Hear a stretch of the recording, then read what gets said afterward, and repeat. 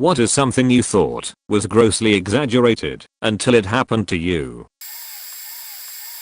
Kidney stones, they are for real. Edit #1. Been asked for my story. I was out of country and on an excursion if you will, actually when I felt something weird about 3 inches up and to the right of my belly button. I didn't have back pains until later. When I got back into town the pain had gotten a little worse and I thought nothing of it. The next day I woke up and it was more sharp pain, so I went to the local hospital. They did a sono to check me out.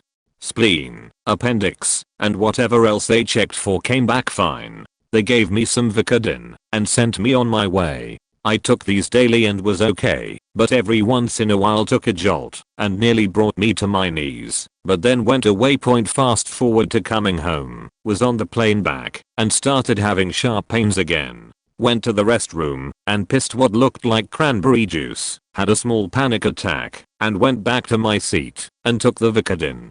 Still had 6 hours of flight time left, was freaking out the whole way home. Back in the States I went straight to the hospital and they couldn't figure it out. Told them about the sono and no kidney infection. I could see the concerned look on my driver's face, so they did a CT scan. A couple of hours later my doctor calls. I have good news, it's only kidney stones. My initial reaction was fuck, if that's good news what did you think was wrong with me? Anyway the report came back TMC, too many to count. I had hundreds all over my kidney, but had a 9mm stuck in my ureter. That night it moved, and I was laying in the bathroom floor, throwing up, and couldn't move, because of the pain. I thought I was dying, worst pain I could physically ever be in. My father had to come pick me up off the floor and take me to the hospital in the back of his Tahoe. They performed a lithotripsy, which isn't a walk in the park either, and went home that afternoon after passing 3 stones and who knows how many blood clots from the procedure. Since then I've passed 2 more that were small but still painful. Cyberbullying. In middle school it wasn't even that big of a deal, because hardly anyone kept up with online happenings during those mid-90s dial-up days. I was aware that people would send awful emails to other classmates and harass them, but I didn't think it would hurt that much.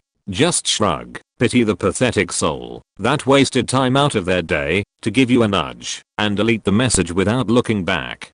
Well, I didn't get an email. I got an entire website. Using the student directory, they posted my home address, phone number, and email address. They posted several crap quality images they took of me using those shoddy 320x240 digital cameras. I had this gallery dedicated to me, showing me at very unattractive angles, eating my lunch, walking down the hallway, and making a scrunchy laugh face. And there was text. So much text.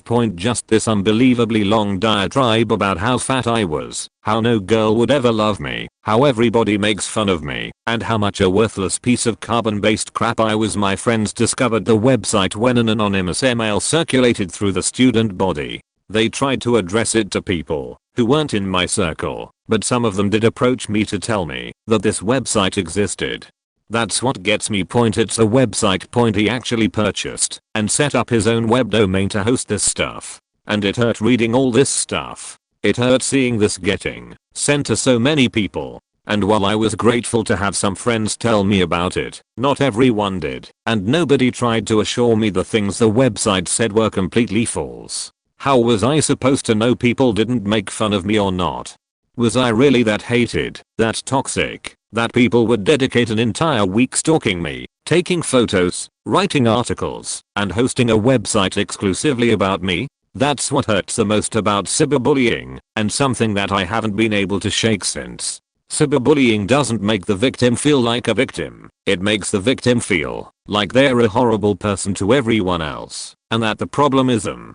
When I hear about people going through all the difficulty of making fake Facebook profiles to bait and snare unsuspecting victims, I'm doubly terrified for the state of today's bullying victims. It's so easy to do now. It happened 2 decades ago to me, and technology has since only made it easier to make it happen again. Edit. Fixed the happened 20 years ago to me to happen 2 decades ago. The exact timing of this incident wasn't exactly 20 years ago. I was just rounding off to the nearest 10 to keep it simpler, and because I didn't want to do the 3 seconds of math.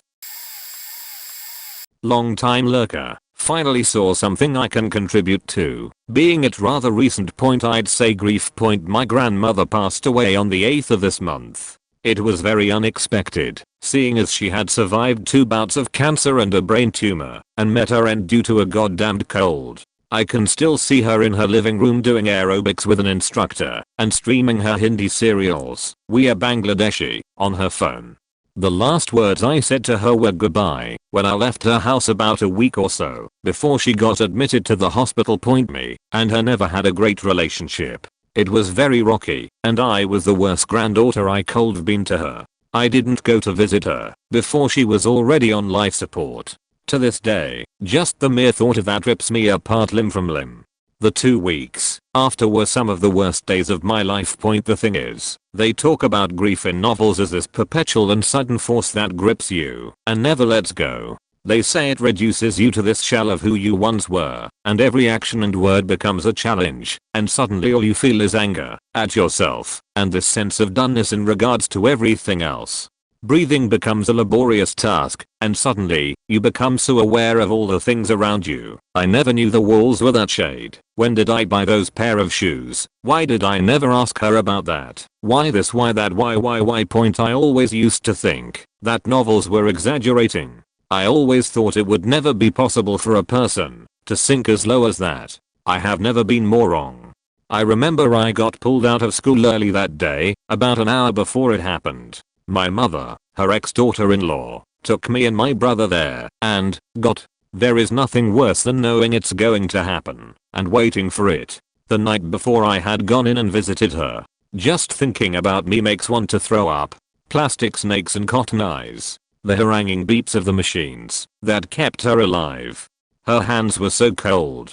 Someone had braided her hair. It wasn't fair, damn it. This woman, who had been through so much, survived a war, traveled all over the world, and written books and done so much, reduced to this fact. It wasn't fair. It isn't faking fair. All I could say was that I was sorry, and I couldn't even look at her. I threw up later on, over and over again, until I had nothing left inside me. The only things I had for the next 4 days were 2 cups of coffee and a small sandwich. I felt sick. I felt like a murderer. I lost about 5 kilograms in 4 days. If there was a god, he was playing death that day. At her janaza. It's a Muslim thing, where the body is washed and laid out, and you pray around it, and it's later followed by more praying at mosque. They were all telling me to look at her one last time, say goodbye, you'll never see her again, and fuck it all. I took 1 2-second glance at the woman who I always thought was bigger than me even though I was taller. One glance and saw not a human, but a doll, and I lost it. It wasn't right. This wasn't right. She didn't belong there. I ran away, and my every breath of mine was akin to that of metal scraping metal. I tried to throw up, but, ironically, hadn't eaten enough to do so. I wake up every morning with her face behind my eyelids. I think, oh, but I'll see her again today, but I won't. I'm never going to see her again. I will never get to apologize to her. I'm a heartless robot in human skin. I don't deserve to be here, she does. I'm nothing. What I'm trying to say is, nothing can prepare you for grief. I had never lost someone this close to me before, and I never thought it would be this hard. I've talked with people and I laugh and make jokes about it and whatnot, but it's so hard, and I wouldn't wish this feeling on my worst enemy. There are knives inside you, it seems, and they dance and cut your insides into slick red ribbons every time you think about it. I feel sick even writing this. Grief is so terrible, but sadly inevitable. To all of you who have lost somebody, I'm so very sorry for thinking that it hurt less than it did. It hurts so much more. And sadly, there is more to come. TLDR. Grief is a knife that slips through the covers at night and slices every one of your fingers off as you idly watch. 0/10. Would not recommend to any living, breathing being. Ever edit. I'm sorry in advance for any spelling/grammatical mistakes. English is my second language. I also just woke up. Edit 2. I keep coming back to fix errors that I somehow didn't notice when I first wrote this. I need to get my sheet together. Edit 3. What an overwhelming response. Thank you all for your kind words and being strong enough to share your own tales of grief. Remember, you're never alone in this fight. Best of luck to you all. Edit 4. I know this is a throwaway, but some of these comments are so touching and caring and raw, I had to reply. I might check in from time to time, and I want you to all know that I'm grateful that you took the time to read this. Lots of love from this loser in Bangladesh.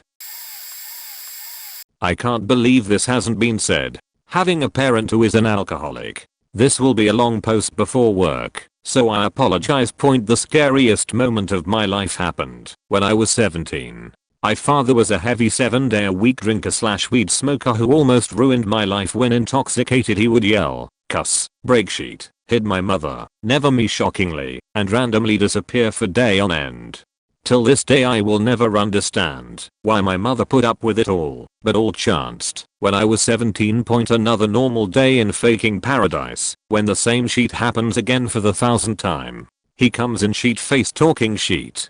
Has yelling at me for telling him to turn down his music that has blasting in the garage cause I trying to study for finals the next week. It's my house, I can do whatever the fuck I want, and you can get the fuck out you little piece of shit. Does not even faze me cause I used it. So of course my mother comes down to defend me like she always does, but something is different today. My arms are twitching and I can't faking control my breathing. He pushes my mother and I snap. Let me say, I'm a very to myself kind of person who has never thrown a punch in my life up to this point. I have no idea what the fuck I'm doing, but for the first time I just go berserk on his ass, totally expecting to get my ass kicked. After about 30 seconds he falls, due to how faked up he is, and I get him in a headlock. This is where it gets scary. I do my first ever headlock and my arms lock up. At this point I don't give a fuck anymore. I don't know where this power came from, but this 260-pound / muscular man and my mother cannot get me to let go. 0.30 seconds felt like days. I'm yelling, you not so faking tough now are you, Mr. Faking badass piece of shit. At this point has starting to pass out, but even though I notice this, I can't let go. I can't unlock my arms. Unless you have experienced this feeling I can't explain to you why. I fully believe that if my mother hadn't just stopped yelling, gotten on her knees and said, do not ruin your life because of him, please let go, I might have killed my father that day. I'll let go and just come back to reality and start hysterically crying for the first time in my life. A 17-year-old male just faking go crazy crying. My dad's so in shock it's like has sober up. My mom just standing there. It is then I realized that I just released 17 years of faking anger. Until this day I shack thinking about this moment in my life. To follow up, next day mom kicked him out and he stopped drinking and has not touched it since. He tries to be a part of life and I semi-forgive him, but it will never fully be there.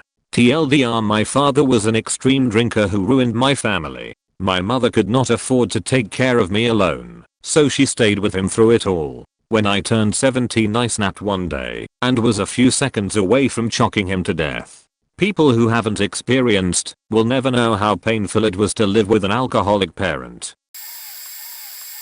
Domestic abuse. I always thought that only weak-willed people got themselves into situations like that. Now I realize the level of mental, social and economic manipulation that happens outside of any physical altercations. It's brainwashing until you've been alienated from everyone else in your life. You feel like you rely on that one person for everything, and your sense of reality and perception is so challenged and twisted that you don't even know what to believe anymore. So you accept the truth as it is told to you.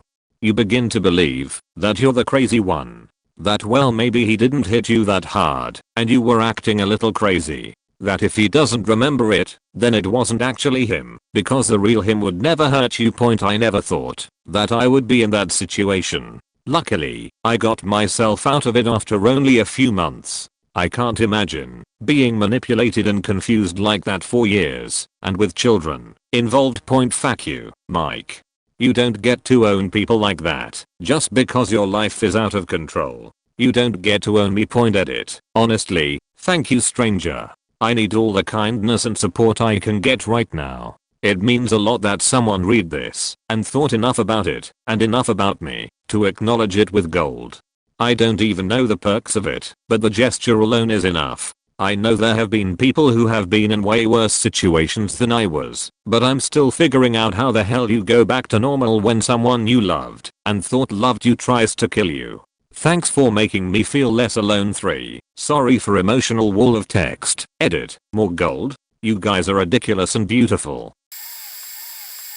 How quickly fires go from a small spark to full on lethal. First day of classes last semester. Wanted to start it off right, so I was cooking steaks for my girlfriend and myself. We cracked open some beers, sat on the couch, and waited for the potatoes in our new microwave. First thing I noticed was the sound. It was an evil, hissing sound. I looked up at the kitchen, and smoke was pouring out of the microwave's vent.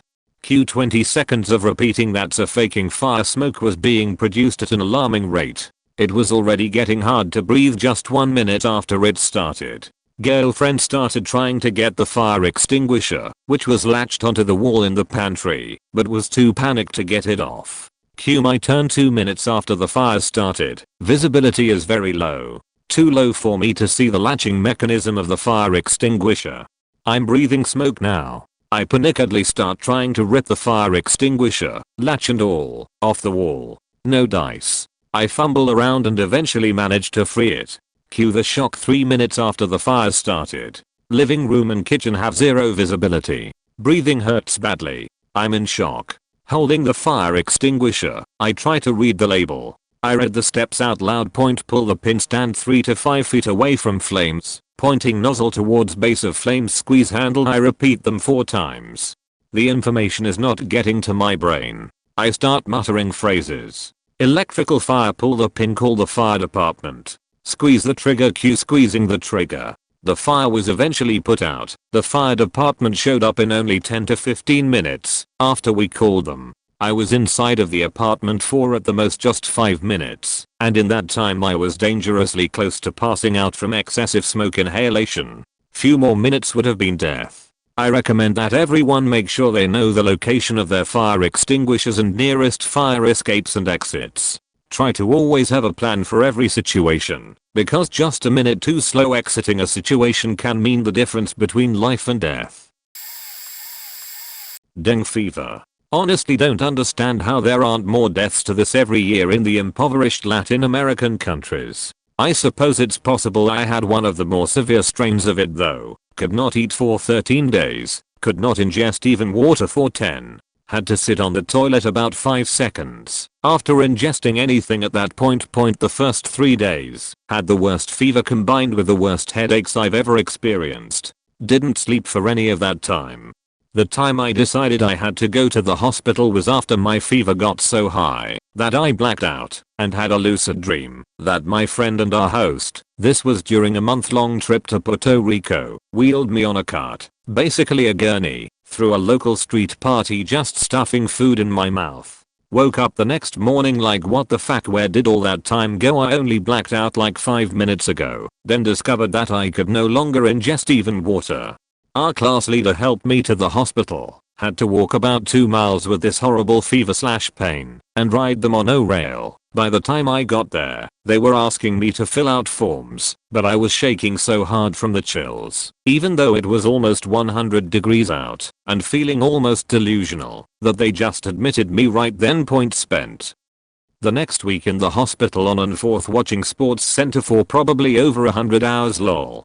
Some of the highlights of the hospital stay: the first 2 nights my blood had to be taken every hour for monitoring purposes. Luckily I have huge veins. The 3rd day, the doctors all came in wearing masks and told me that my white blood cell count was almost 0 and closer monitoring was required. The 5th day the doctors told me that my liver activity was outrageously high. I don't remember what this meant or what the measurement for it was. I guess the good news is that it's a fantastic diet. I lost 15 to 20 pounds during those 13 days. TLDR, dengue fever is faking terrible. 11/10 would not want again. I always thought people who were hesitant to drive a car, even after years after a wreck, were just kinda being weird. I know that sounds awful of me, but that truly is how I felt. So 1 month before my wedding, I was driving down to Olive Garden to pick up my department's celebratory lunch we were bought for ending a rough fiscal year. I volunteered to go pick it up since they didn't deliver. I was driving about 40, which was the speed limit, and all of a sudden, right before an overpass, bam, an old lady turned left coming the other direction and I T-boned her car really hard and both of us went spinning. I woke up and pain set in. My arms were burnt from the airbag, I had some cuts and a bloody nose. Smoke filled the car, and in my frazzled state I thought I was trapped. Seatbelt was still on, and it had locked up tight, and started to scream. A lady was banging on my window telling me I should move my car a little cause I'm in traffic. I'm like, what the fuck? I looked over and was nose to a pole, and the other lady was passed out facing the wrong direction in the lane she flew into. On the feeder I could go on, but I mean, this wreck changed my outlook. I had the green light, as several witnesses reported. The lady ended up being pulled out and didn't see her headlight. I was in a great mood. I was just driving along and following the rules now. 2 years later, every time I get in my car I start to sweat, my heart starts racing, and I turn my music up loud to tune my thoughts out. I'm super visual, and even the slightest slip of a car into my lane sends me panicking. That intersection is my work to home route I still take. I wait a good few seconds at that light every time, just to make sure no one was coming. Forget nighttime driving or holidays. I hate that I feel this way, and am lucky to have a husband that understands and drives me. Even then, as a passenger, I'm gripping the O-sheet handles and freaking out when people drive like sheet next to us. TLDR, I used to think people who didn't like driving years after being in a wreck were silly, got into a wreck, and have panic attacks daily. I'm a douche nugget for ever thinking that about those people. Racial profiling point: I'm a white guy and was in the passenger seat of a car being driven by my Spanish girlfriend, while my white friend and black friend sat in the back seat. We were pulled over by the cops after supposedly running a red light. It was yellow. We were stopped because we were 4 20-year-olds in a crappy car on a Friday night, and it deteriorated from their point. Cops immediately focused their attention not onto the driver, but on my black friend sitting behind the driver. He made the mistake of having a windshield visor on his lap, so what did the cop assume?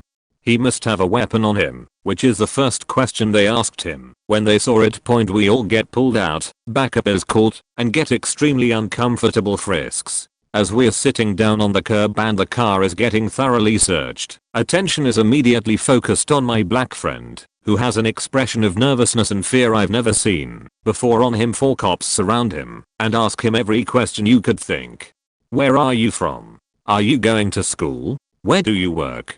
Do you know these people? Why are you so nervous? Where are you going? My friend, girlfriend, and I received no questioning point. After 10 minutes, they find nothing, don't even give us a ticket for running the light that was supposedly red, and leave.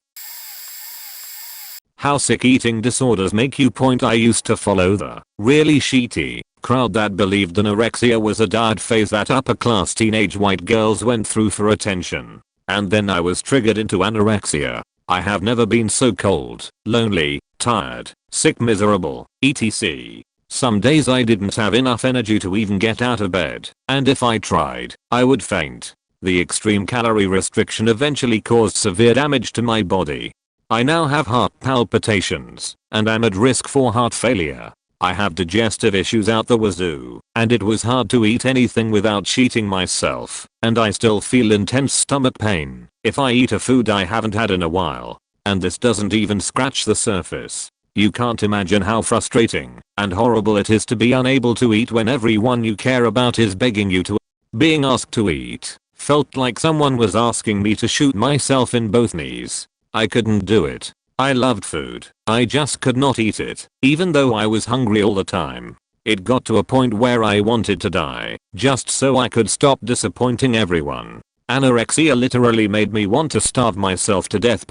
2 years later, it morphed from anorexia into bulimia. I thought bulimia was for failed anorexics, or people who couldn't control their appetites. Oh, God, I was wrong. I have bulimia nervosa, restricting type, which means I eat as little as possible for as long as possible until my body's hunger basically overrides everything, and I eat an incredible amount of food, 3,000 plus calories, and then spend the next few days puking my brains out and over-exercising in an attempt to undo the binge. I have never felt so out of control or disgusting. I have dug through trash cans, stolen money and food, lied and lied and lied, destroyed my throat, and continually put myself at risk for a heart attack when I purge or something worse. Purging is faking dangerous. Bohart syndrome, for one. Not to mention the macro tears, the popped blood vessels, the electrolyte imbalances, etc. that purging causes.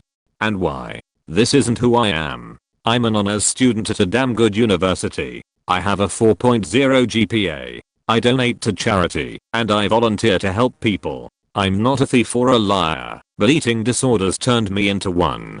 And I'm helpless to it. I can't stress enough how little control I have over my eating. Anyone who thinks anorexia takes willpower and strength needs a faking reality check. I was too weak to make myself eat, not the other way around. And similarly, I'm not a failed anorexic, because I now have bulimia. I'm just finding new ways to torture myself.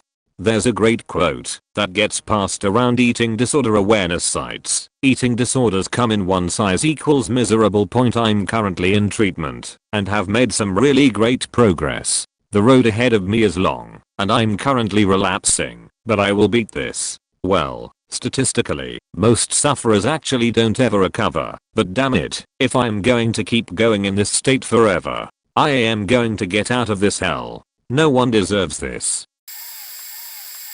I know I'm too late, so this will just be buried. Oh well. Police brutality. I'm a normal guy who works in a major metropolitan city in the US, 1/4 Hispanic, 3/4 Caucasian. Military background, government employee, cybersecurity, no previous interactions with the law, overall upstanding citizen.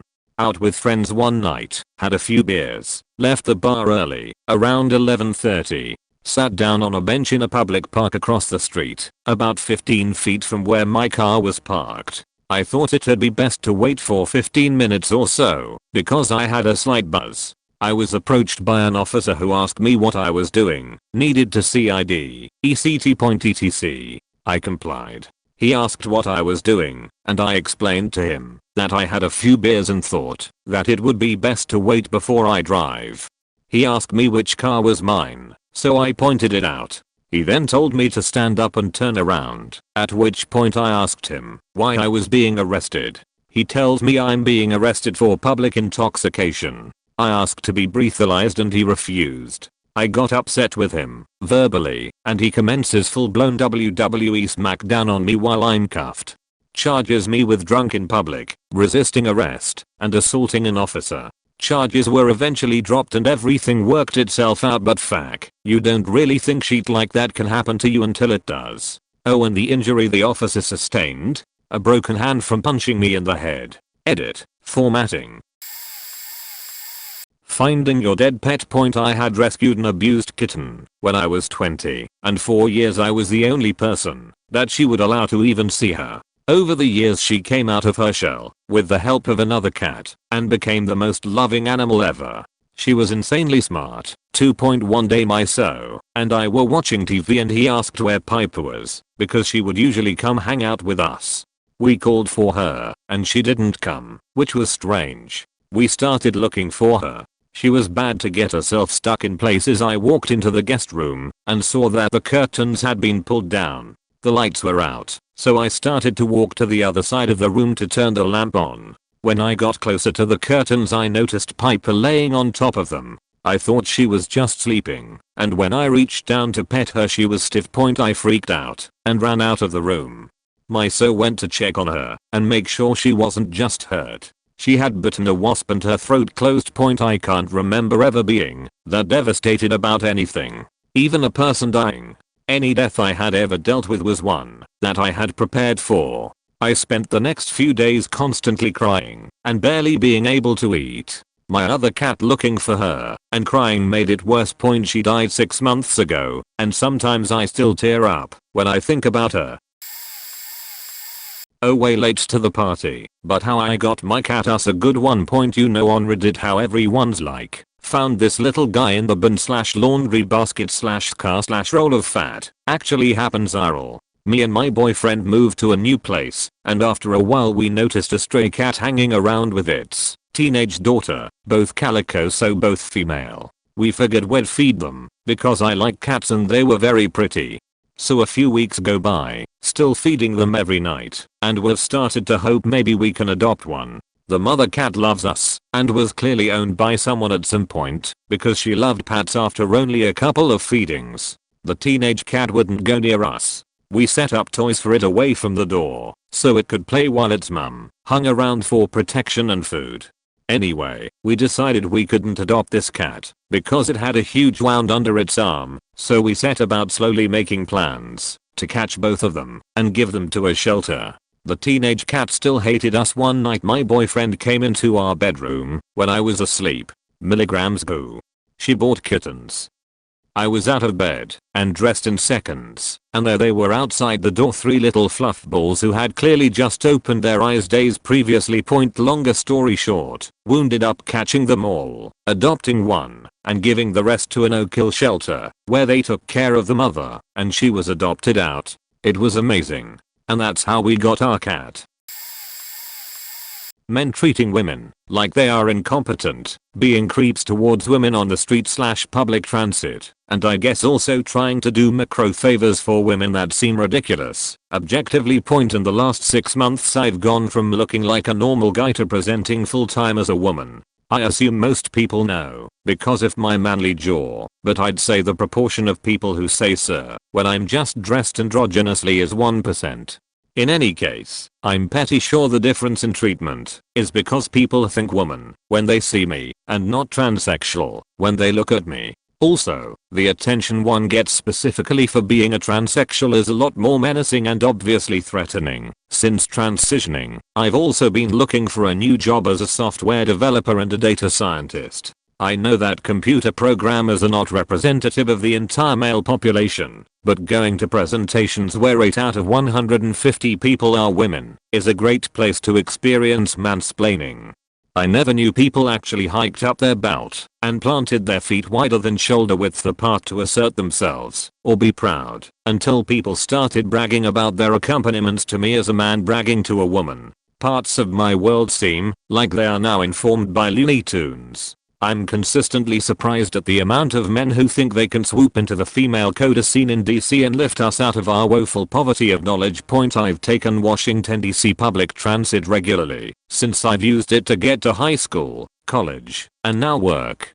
I've never gotten the unwanted attention I get now. Examples: sitting on the bench waiting for the train. There is enough space for 3 people to sit, giving them the overly generous space that strangers are supposed to give. This college-aged guy comes and sits next to me, basically as close as you'd be sitting with 3 adults crammed in the back of a small car together. Relatively quickly after that, his friend tells him to not be an asshole to me and to give me some space. This is the metro equivalent to walking past 4,000 unused urinals to pee on the same one as someone else.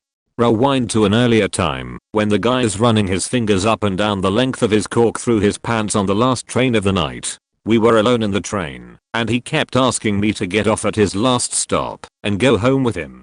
Did I mention the train was stopped in the middle of a tunnel for several minutes? The recent and controversial street harassment video that came out kinda speaks to my experience. Call it what you want. People give you a lot more attention when you're a woman. And when I don't know if they're the type of guy to abruptly change a pleasant conversation to dick stroking home inviting bullshit like that one dude, or if we'll actually just be friendly, I'd already rather just walk on without any greetings. The bit about social macro favors is just weird to me. I assume I've made this term up, referring to chivalry I guess. I'm talking about people stopping at a green light and letting me cross the crosswalk.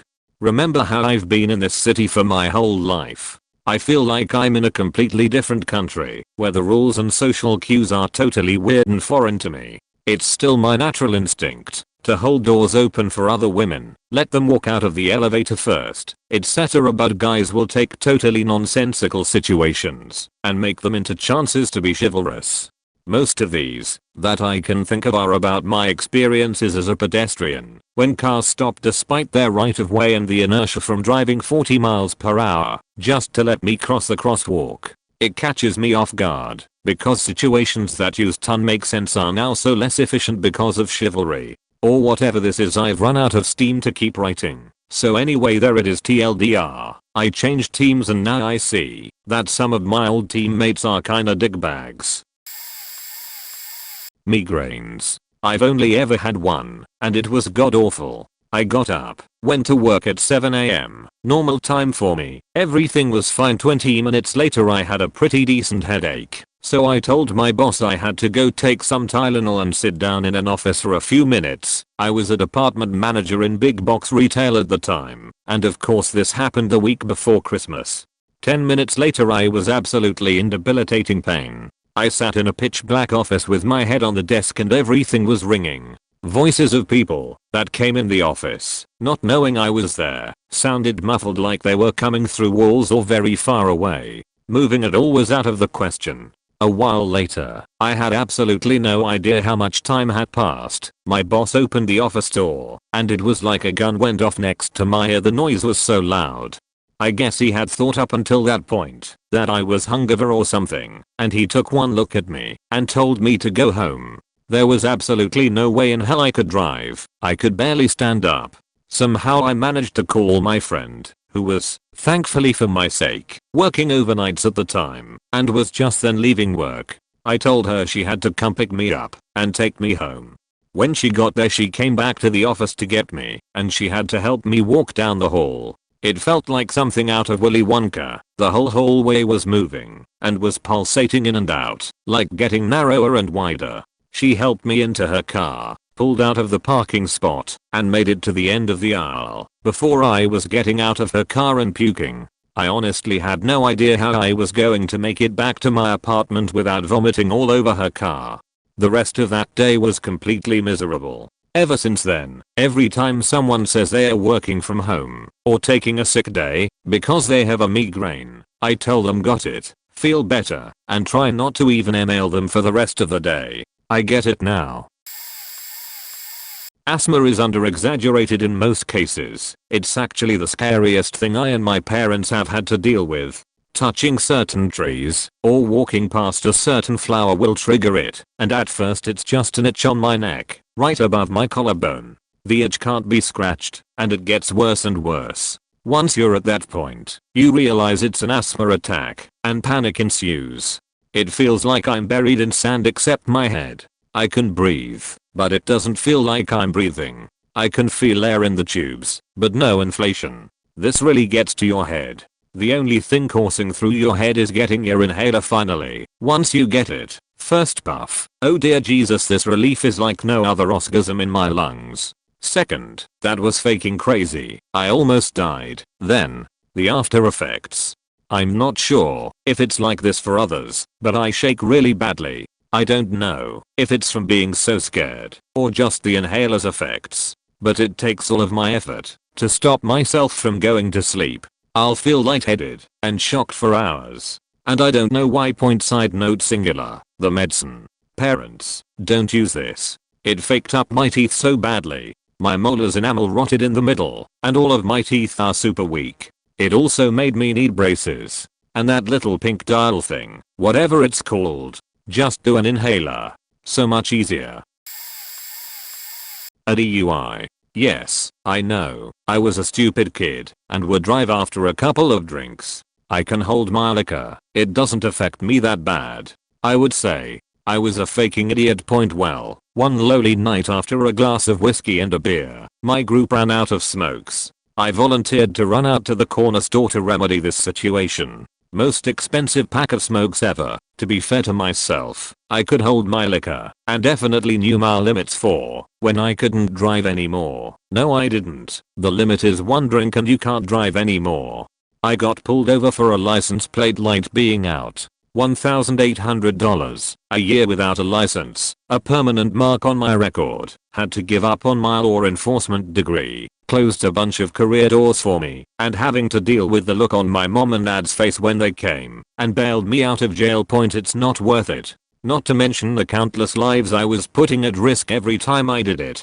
But man, they are not exaggerating the trouble you can get in. Those commercials your state does against drunk driving where the dude loses his girlfriend because he sold his car to pay for his lawyer, that shit's real. It happens. Don't let it happen to you. Point now, I don't drink anywhere near as often as I did. Never if I'm going to be driving. And believe me, when I say I'm pissed, when my friends say oh I've only had a couple, or it's just too much hassle to grab my car in the morning and drive anyway. Call a cab, dumbass. Just how absolutely exhausting it really is to care for a baby. Point I did the majority of the work when my baby sister was born, cause she was a preemie and my mom had already gone back to work by the time she came home from the NICU. I was in my very early 20s and didn't have a job at the time, so I became the live-in nanny for a few years. My parents would take over on the afternoon until they went to bed, but I'm the one who stayed up with her at night, woke up with her in the morning, fed her, changed 8 out of 10 diapers, etc. She was 13 weeks premature, and by the time she came home, she was basically at the newborn stage, and oh my god, it is so much work. Like, I always knew it wasn't exactly easy to take care of a baby, but I had no idea just how much it completely consumes your entire life. Vertical bar. She didn't need any special care outside of needing oxygen for a few weeks, so my complete exhaustion wasn't just due to her being a preemie either. Babies really are just a metric factor of work. I didn't get any sleep for 3 months, and I had multiple nervous breakdowns. One time she had colic and cried for 9 hours. 9 hours. I ended up taking her to the hospital that day, handing her to the nurses, and collapsing on a hospital bed for a couple hours. I don't think I've ever been that tired before or since. I was basically a walking zombie for 3 solid months. You don't get a full night's sleep until the baby is older, and sleeping through the night in the beginning, even when you do get them to go to sleep, and you finally fall asleep, it's only light cat nap type sleep, because some primitive part of your brain doesn't let you fall completely asleep out of fear that you won't wake up when they start crying again, and they'll starve to death or something. Never ever assume that a new mom is exaggerating when she tells you how tired she is. There is not even a word in the English language that properly conveys the true level of tired you are when you're caring for a baby. It is absolutely surreal, and people who haven't done it will truly never understand how it really feels. It ended well though, cause she's a perfectly healthy 11-year-old now, in advanced classes with absolutely no lingering effects of being so premature, so I guess I did a good job despite nearly needing to be institutionalized myself. I'm thankful for the experience and we have a special bond now too, even though she's a mischievous little turt. It was all worth it. TMJ, I have gone through bouts of depression before, but the only time I actually planned out my suicide was when suffering from TMJD. 3 AM call to police that there was a dead body at beach in front of XXX. Then gunshot to head. I spent thousands of dollars seeking help from a wide variety of dentists, orthodontists, neuromuscular specialists, etc. Every single one recommended braces and warned that the pain could worsen. I honestly thought I would have to end my life due to the pain. It was the absolute worst pain I've ever experienced. Every day was worse than the previous. I slept less and less every night. Into the 4th week, I was only sleeping 2 to 3 hours a night, filled by a full ache all day until 4 PM, when the intense pain started and continued until I passed out exhausted around 2 to 3 AM. I was hit by a car years ago and stitched up for a few weeks, and I would rather be hit again than to suffer from TMJD. I didn't have the jaw-clicking kind. I had the muscle spasming TMJD. I never even heard of TMJ until my episode. I ended up getting my wisdom teeth removed and it basically cured me. Although I still get little spasms in the dull aches from time to time, it has never become intense since the removal of those damn wisdom teeth. By far, the best $2,500 I've ever spent. Drive.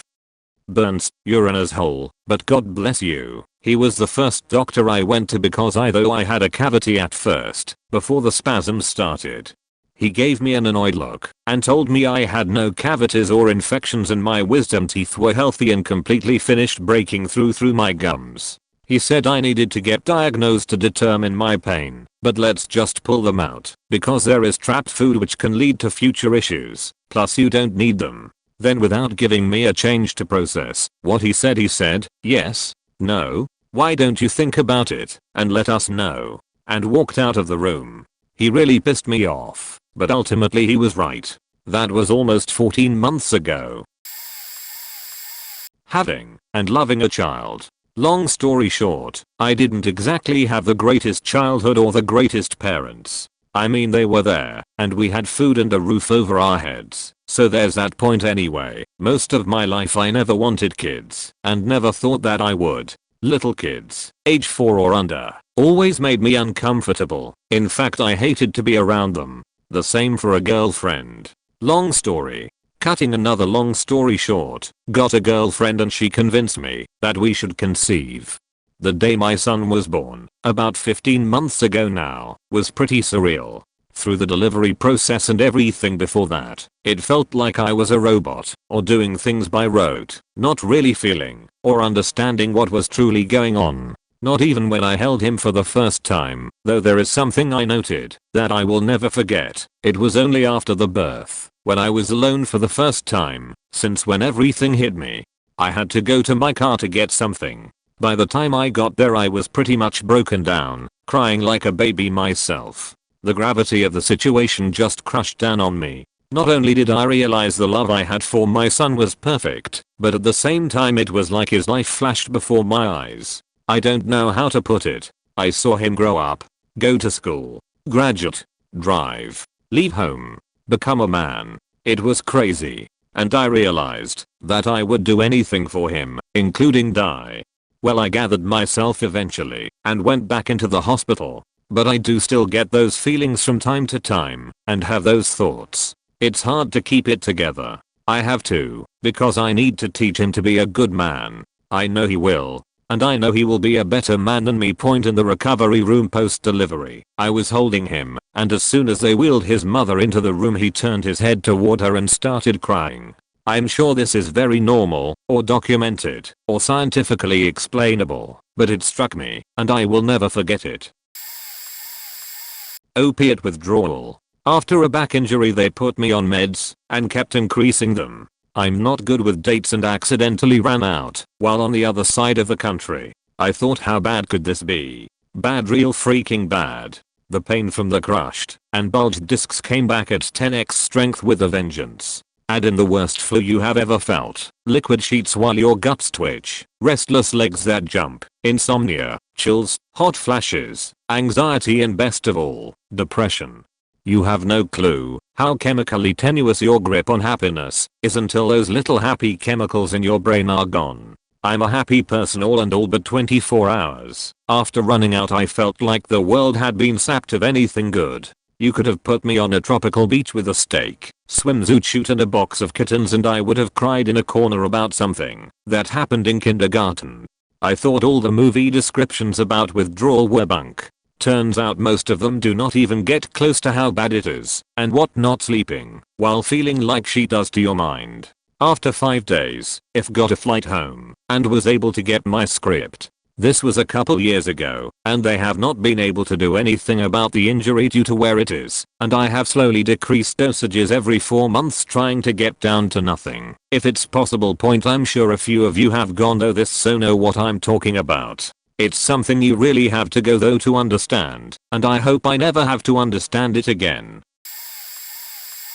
People being literal figurative as wipes. Just for you/smell tomato spris. I was never bullied in school, nor did I know/see anyone who was. I'm sure it happened, and I think it should have happened to me, since I was fat and weird, but I was in the band and only associated with other band kids, and most people were too weirded out by us to fuck with us. I know people talked about me behind my back, especially when I started dating a girl, but that didn't matter to me. No one said anything to my face.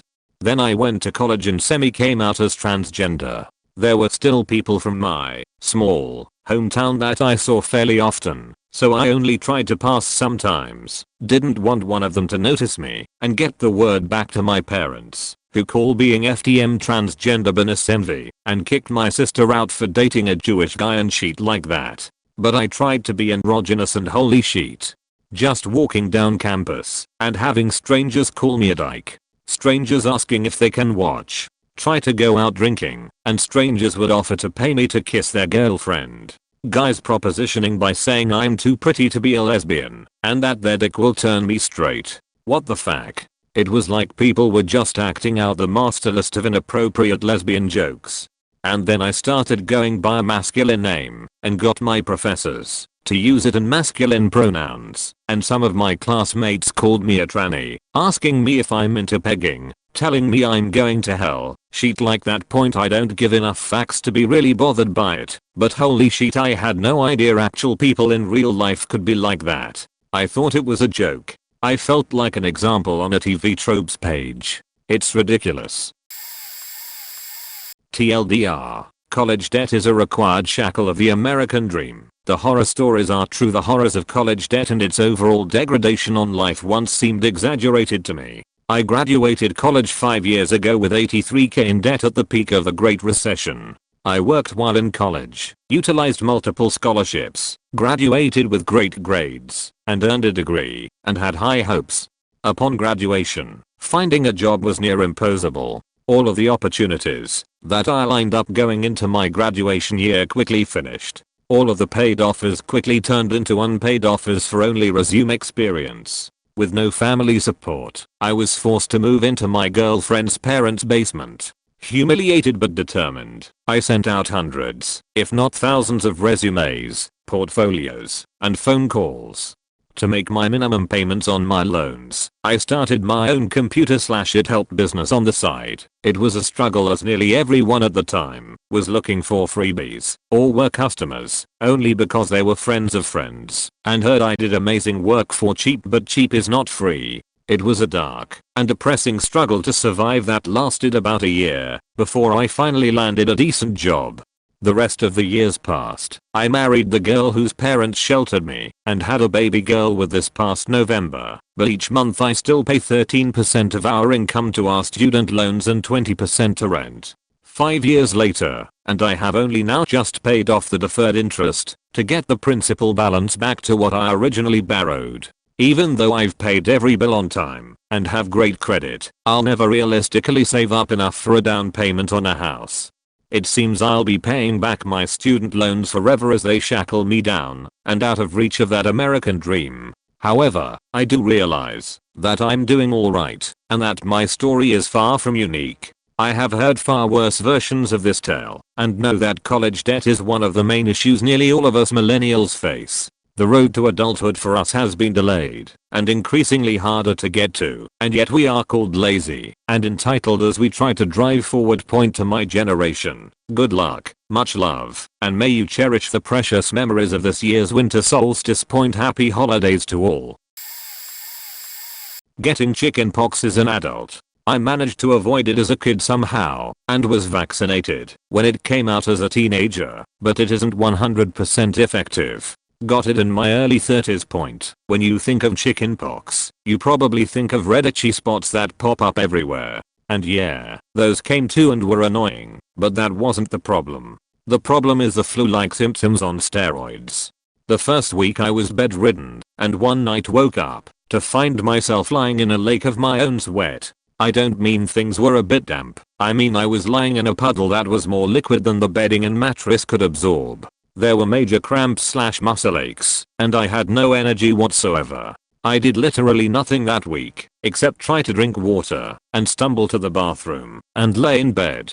Even watching things on Netflix was more than I could handle. I really just lied there. Point. I lost 20 lbs that I didn't really have to lose at the time, as I'd been a regular at the gym lifting weights for about 5 years. I was too weak to do my desk job that I could do from home as needed for 3 weeks. Sitting up for more than an hour or so was too much. My first trip back to the gym was a month later, and I was lifting about 50% of the weight I normally would, and was just dying from it. I was still feeling weak for a good 6 months or so afterwards. So parents of Reddit, if your kid hasn't had chickenpox, and one of their friends get it, tell your kid to go lick their face. Affording college. I had put down my housing and enrollment deposit, $450, a lot of money in my financial situation. I had been offered the maximum amount of federal student loans, thousands of dollars of grants and scholarships, but it just wasn't enough. I never really figured out how much that college would cost, or where the money would come from, because I always thought everyone just got loans and I would do the same. but I have limited credit history and no one to cosign for me. The school was not very accommodating to my financial situation and my parents are in no position to help me, but I'd never hold it against them. I needed to come up with an extra $5,800 per semester on my own to afford my dream school, which is a pretty average in-state public school, especially in terms of cost of tuition and room/board. I was forced to withdraw my enrollment and forfeit the $450. I have since enrolled in a local university with very cheap tuition and I commute to save money. I receive the same amount of loans/grants/scholarships, and it was just enough until I got a random $1,000/semester scholarship for having great grades. The extra money has really helped, but the anxiety I felt when I got my first bill from my dream school was extremely debilitating. It was hard facing the reality of the situation. There was no way I could afford going to my dream school. TLDR, the unanticipated, formidable cost of college left me with debilitating anxiety, and I was not able to attend my dream school. Having to make an end-of-life decision for a loved one. It is horrible when they can't tell you what they want. My oldest daughter was born at 29 weeks. We found out hours before she died that she had trisomy 18. The average lifespan for a child with this condition is 5 to 15 days. We were at day 6. Her health was failing fast and there was no hope of her recovering or even living more than a few more hours. We had to decide if we wanted to try everything we could to keep her alive just a bit longer or to let her go. It was the hardest decision we ever had to make, but the year before we had lost a friend to cancer, and we knew how badly a person could suffer and linger. We wouldn't want that for us, and so we decided it was better to hold her for the first and only time and let her die in the arms of the people who loved her more than anything. It was the best and worst moments of my life. Nothing is more painful or more precious to me than those memories. I held her, then my husband held her, and then he gave her back to me. He couldn't be the one to hold her when she passed. I didn't know if I had the strength, but I brought her into this world, and it was only right I hold her as she left it. We told her how much we loved her and how proud of her we were. We thanked her for holding on so we could meet her, and for the time we had with her, and for opening our hearts. We told her she could sleep and didn't have to fight anymore. We held her close and her daddy and I sang her to sleep for the last time. It was so still and so quiet. We knew she was gone, but it was so hard to ask the nurse to check, because that meant it was really over. It is the most heart-wrenching, empty feeling. It was like a piece of my soul had been ripped out of me. I hated myself. I wished I had died on the operating table, and that she could have been okay. I didn't want to get out of bed. I couldn't force myself to eat more than a few bites of food for over a week. I didn't want to get out of bed. I didn't care if I ever woke up. I hated that I couldn't save her and felt like it was all my fault. I needed medication to sleep and it hurt me so much the pain was physical. I will always wonder if we made the right decision, even though I believe it was the right thing to do. My husband and I clung to each other. We got into therapy and it helped a lot, as did Arcates, who loved me unconditionally and helped me get out of bed in the morning. Our daughter has 2 very healthy little sisters, one who just turned 2 and the other who is 5 months. They both have special birthdays, the 12th of December 12 and the 4th of July. I'm so grateful for them every day. We are doing well. I don't think the pain will ever stop. I miss her every day. I can talk about her. I don't cry as much as I did before, but I still do. I don't regret what we went through. I wish it could have been different and that she could be with us right now, but I was so lucky to have those 6 days with her. They changed me. They made me stronger and better. It also took a piece of me I can never get back. How bad it feels to be severely depressed. It is indescribably awful. I wouldn't wish feeling like that on anyone, no matter what they did or how vindictive I was feeling towards them, and I'm one extremely vindictive person when I feel I have been wronged. The possibility of feeling that awful and still being alive has made me question everything I once felt sure of, and feeling it has profoundly changed me. I was suicidal because I was desperate to stop feeling like that, but unable to summon the effort to do anything. Knowing now how bad I ended up feeling, if I think it is likely to happen again, I would rather do something before it takes hold and gets so bad. Nothing good in life can possibly be worth feeling like that again. I feel like experiencing that has killed part of who I was before, and I will never be able to go back to how I was before I knew what it felt like. It has changed my views on life in many ways. There is no more important piece of advice I can give than, if you are feeling depressed, do something to stop it getting worse. I have recovered and feel much more normal now. Actually, I don't feel depressed most of the time. I just get very low sometimes, but nowhere near as bad as I used to. And I would say that the other thing I would never have believed is how much better you can feel in this shorter space of time with the right medication and changes. So I wouldn't necessarily advise people giving up, but I also can't wholeheartedly say that one should never do so. I don't feel what I went through will ever have been worth it, and if I had to go back and relive it, I would rather die than have to do so. And I'm not sure if this will ever change, but I haven't experienced the best things people describe in this thread, so don't take my word for it. It is amazing how much feeling like that can change your judgment, and I think it is impossible to ever make a sound judgment on things as big as whether to continue living. I would say schizophrenia, and how insane it makes people. I remember being young and thinking about all the crazy people that had it, and how weird the media exaggerates people with schizophrenia. People talk about them like they are blathering idiots or something. Then I turned 20 and slowly began hearing things. Eventually I got to the point where I was hearing 5 distinct voices at all times, 3 of them having a conversation with themselves literally every single second of every day. I would wake up and they would be mid-sentence and just keep going, and then second I fell asleep they were still going. It just never ended. The other one was a little girl that liked to just say hello me all the time, and the last was a middle-aged sounding woman that did nothing but sob and shriek so loudly that I would jump every time I had it. I didn't seek treatment for 5 years because of the very social stigma that made me think people exaggerated. After receiving treatment, that still didn't help much. The one thing it did do was remove the voices from me. The weirdest part is that some days I actually feel a little lonely and miss those 3 people talking. I'll wake up and expect it, and it's just not their point. However, the real crazy part that gets me is the delusions. I can tell you, when they aren't happening, that it's completely ridiculous, but during the time they affect me, you couldn't convince me that things weren't real. I still, after 4 years now, shower with the shower curtain open with my eyes on the front door, because for some reason every time I get in the shower I have the non-stop sensation that at any second someone is going to break the door down, come in, and stab me to death while I'm in the shower. So every single shower I have to watch the front door the entire time. I also get so wrapped up in thinking about the hidden meanings behind what people really mean, or if they have secret messages they tell each other that I can't hear or can't keep up on. However, at other times I'm completely normal and even laugh at how silly I must act.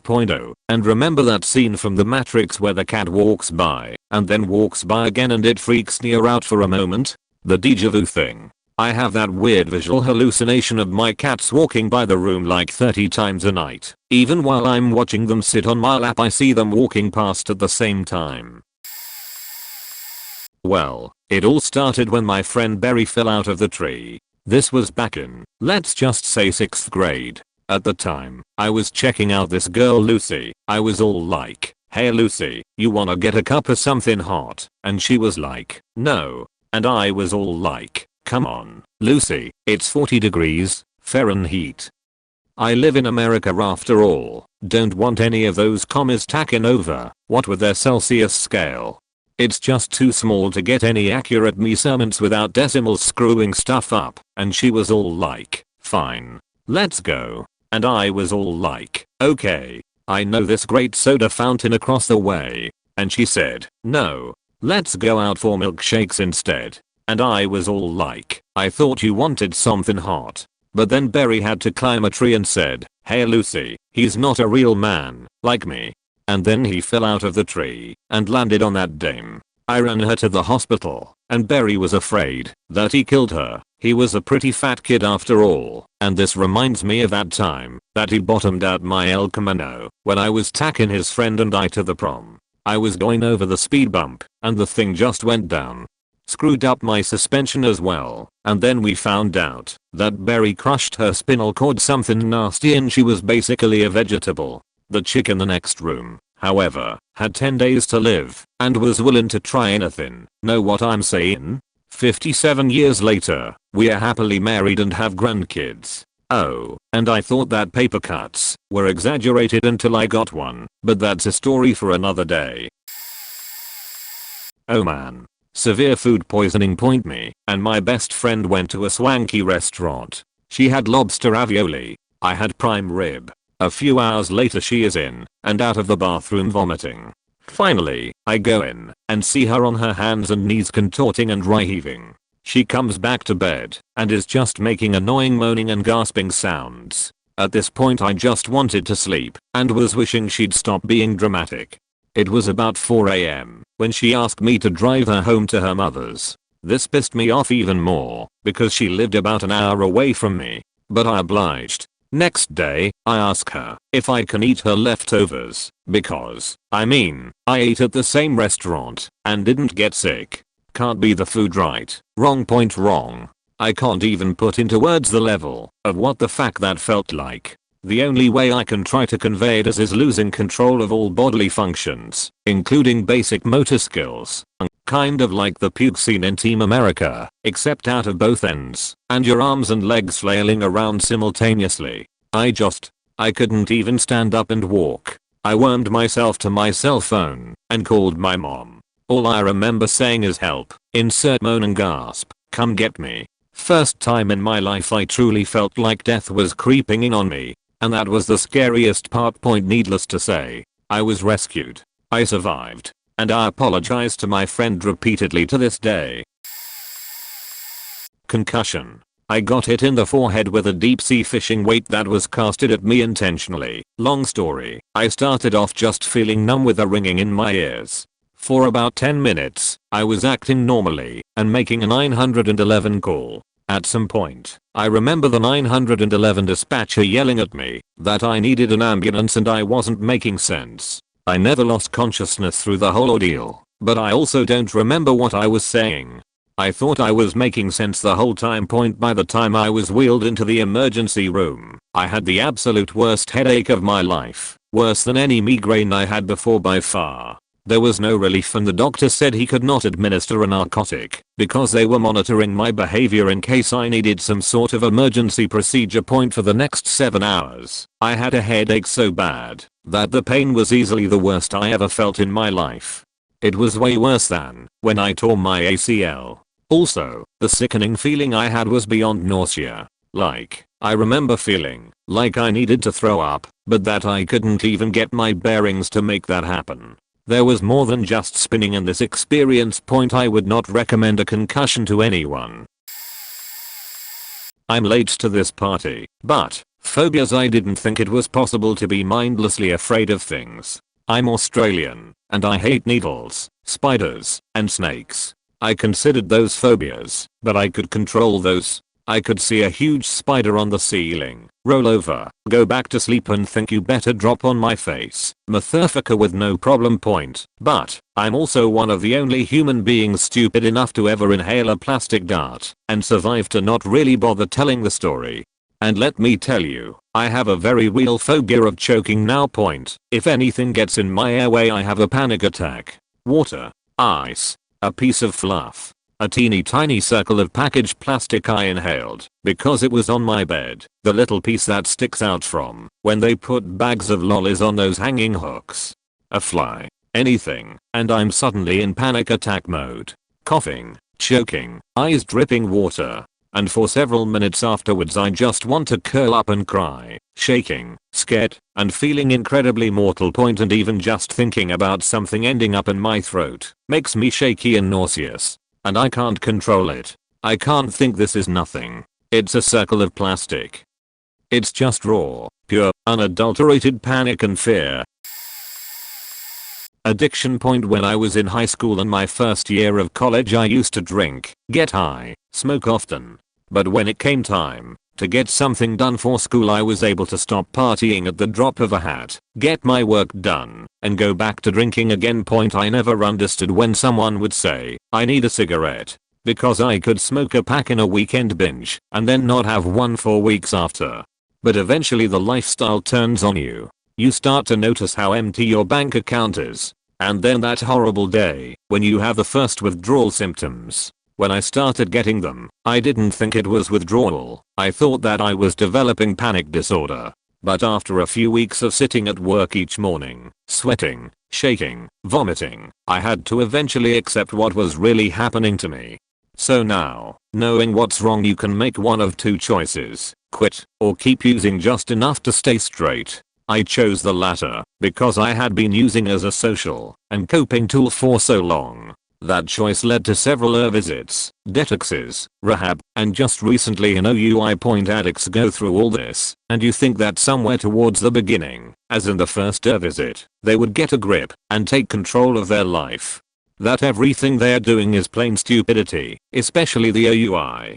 But when you have to choose between driving under the influence or driving with suffering through withdrawals, it's a hard choice. Because through all of this an addict still has to try and manage their life. Point myself, I lost track of my morals because using became a survival instinct. If I didn't drink I'd start to shake, and I was afraid of heart attack, stroke, or seizure. Point I've been through so many programs and have all the knowledge of what I need to do to stay sober and responsible. But when addiction has a grip on you like this, it can feel like a futile fight.